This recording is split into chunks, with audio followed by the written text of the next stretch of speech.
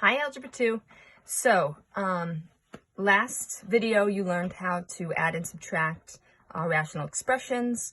Before that, you learned how to multiply, divide, and simplify overall.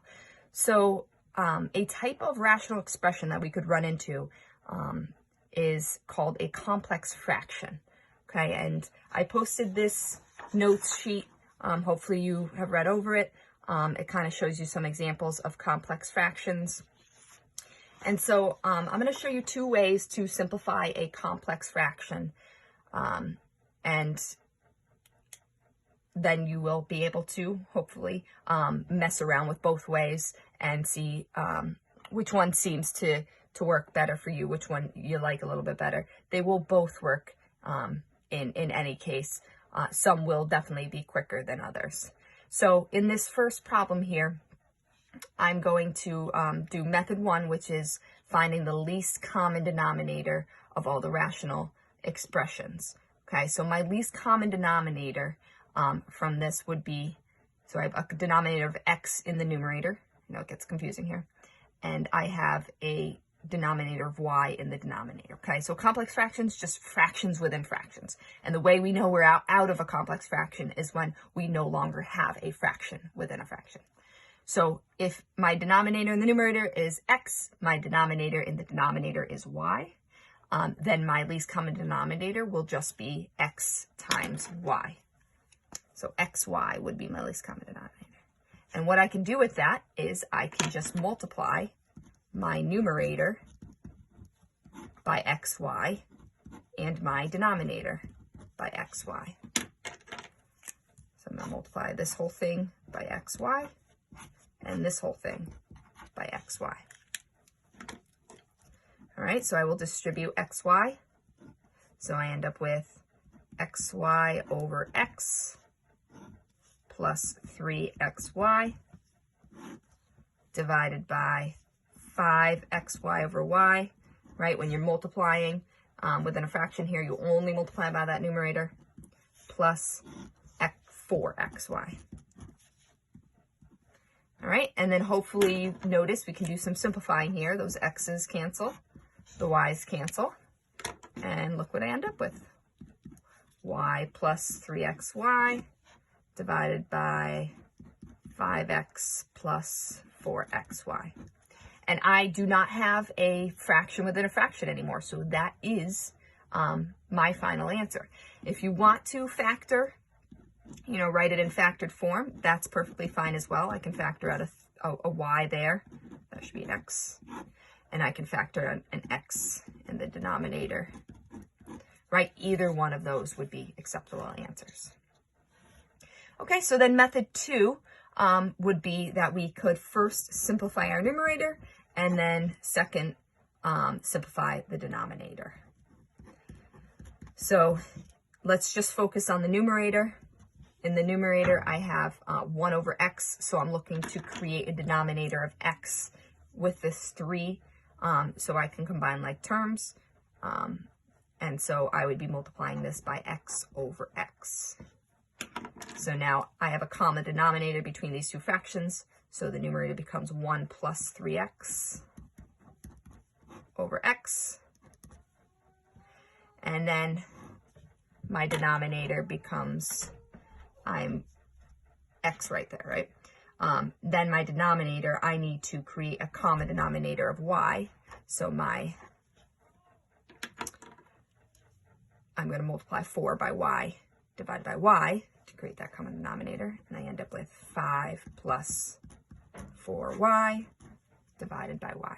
So if you notice, we still have a fraction or two fractions within a fraction now. So I actually need to take this one step further, and you need to think about this. This is this fraction divided by this fraction, right? You probably hear my son screaming. I'll try to teach over it. When we divide fractions, remember, it's just the same as multiplying by the reciprocal. So instead of writing this with that fraction line there, I'm going to rewrite this, show you it in a different way. This is the same exact thing as this, right? Remember that these fraction lines just imply division. So I can also think of this as multiplying by its reciprocal, right? Reciprocal, I'm going to flip the second fraction, okay? And so now I can multiply straight across, right? And I'm going to distribute that y into the numerator. Y plus 3xy divided by 5x plus 4xy.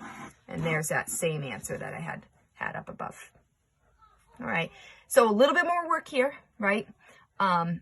Sometimes you're not going to have a least common denominator as simple as xy, in which case this may be a more difficult method. So kind of just consider the problem when you're doing it. So I'm going to show you a couple more. So for example, this one here, it would actually be the most simple method to just divide and multiply by the reciprocal. So if we rewrite this, this is 1 over x divided by y. Well, the reciprocal of y is just 1 over y. So this is 1 over x times 1 over y, or 1 over xy, okay? And that is our, that is actually the quickest method to doing this one, rather than multiplying by the least common denominator, which you can do as well. Okay, B, in this case, I see a denominator, and I see that that is the only denominator, so I'm going to actually multiply by the least common denominator, since it is as simple as that. So 2y and 2y. Remember, always multiplying the numerator and denominator by that LCD. So I get 6y in the numerator, and I get 2y minus 2y over 2y, which is just 1. And look at that. 6y divided by 2y minus 1. And there's my final answer. No more fractions within the fraction. All right, and then our last one, either method again. Our least common denominator is the same. I mean, our denominator is the same in the numerator and the denominator. The least common denominator then is just that value, that x plus 4. So let's multiply numerator and divide denominator by x plus 4. If you can still hear the baby crying, do not worry. He is being tended to. Okay, so I'm going to distribute that x plus 4 to the other, to the first term in this numerator here. So I get 2 times x plus 4 divided by x plus 4. And then I will distribute it to the second one. And I get 2 times x plus 4. Okay. And then again, I'm going to distribute in the denominator. X plus 4 times 1 is x plus 4. Plus 3 times x plus 4 over x plus 4.